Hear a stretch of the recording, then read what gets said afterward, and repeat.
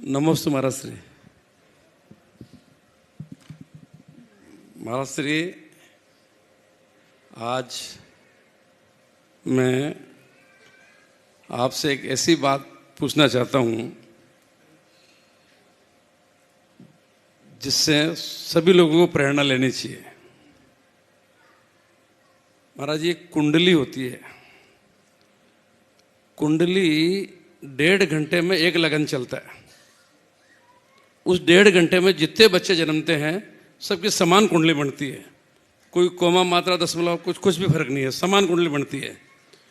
एक तो उसी अस्पताल में होते ही मर जाता है, एक 80 साल का होकर मरता है, एक राष्ट्रपति बन जाता है, एक इंडस्ट्रियलिस्ट बन जाता है, एक भीख मांग रहा है, एक मजदूरी कर रहा है। तो फिर काहे की कुंडली? ठीक है। अब महाराज जी, दूसरी बात, लोग शादी ब्याह में कुंडली से कुंडली मिलाते हैं, गुण मिलाते हैं। लड़के लड़की के गुण तो देखते नहीं है और कुंडली में पंडित से जाके कुंडली मिलाते हैं। तो कुंडली महाराज जी, क्या कुंडली क्या मिलाते हैं? हमने मेरी भी और हम सारे बहन भाई किसी भी ने कोई कुंडली नहीं मिलाई।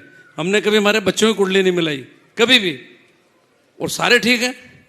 और बहुत सारे लोगों को मैं जानता हूं जो जिसमें ब्राह्मण भी हैं और जैनियों के भी हैं, तो उन्होंने कुंडली मिलाई, उनके अनबन हो गई, वापस घर आ गई या तलाक हो गया, बहुत सारे हैं। तो फिर कुंडली मिला के तो फिर सही होना चाहिए ना। बहुत अच्छी बात आपने की। यद्यपि इस विषय में मैंने अपना अभिमत अनेक बार प्रकट किया है। आपकी पूरी बात की समीक्षा में एक पंक्ति में देखे बात आगे करता हूँ कि आज के समय में तो कुंडली कहीं से प्रासंगिक ही नहीं है। कुंडली ही प्रासंगिक नहीं है। क्यों? आज के समय में कहीं कुंडली ही प्रासंगिक नहीं है। क्यों?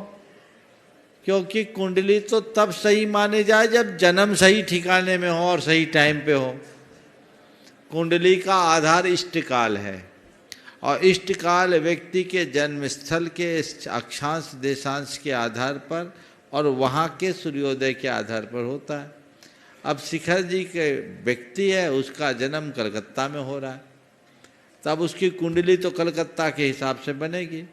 और कलकत्ता में एक समय पर एक साथ अगर 100 बच्चों का जन्म हुआ है तो 100 की जन्म पत्री एक होगी और फिर वही विसंगतियाँ आएगी जो आपने बोला। फिर दूसरी बात, ये नैसर्गिक जन्म हो तो कुंडली का कोई मतलब हो। जन्म भी आजकल तो पहले से तय हो जाते, सीजर होते हैं।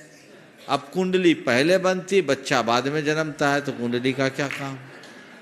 तो कोई मतलब नहीं है इन सब चीज़ों से। और इसके उत्कृष्ट प्रमाण अशोक जी खुद हैं। महाराज श्री, हाँ, वो मैंने पंडितों से भी ये बातें पूछी। हाँ, हाँ, मैं तो पूरा खोज करता हूँ पूरी। हाँ, वो फिर कहते हैं मेरे को, हम देश काल क्षेत्र भाव ये देखते हैं। वो कैसे देखते हैं देश काल भाव? कुंडली तो समान है, मन से देख लेते हैं।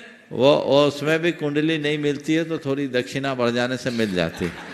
ये भी एक मिनट मैं आप सबसे बोल रहा हूँ, मैंने अनेक बार बोला हूँ, कुंडली नहीं मेंटल वाइब्रेशन मिलना चाहिए। महाराज श्री, आपने जो बताया ना दक्षिणा की बात, ये कंवर साहब बैठे हैं और मेरी बेटी बैठी है। हाँ, वो राजेंद्र जी कुंडली के चक्कर में पड़े हुए थे। हाँ, और मैं उस पंडित के गया, 1000 रुपये दक्षिणा दी, उसने कुंडली मिला दी। ये बैठे हैं सामने और राजेंद्र जी सुन रहे हो तो उनको भी पता है सब बात।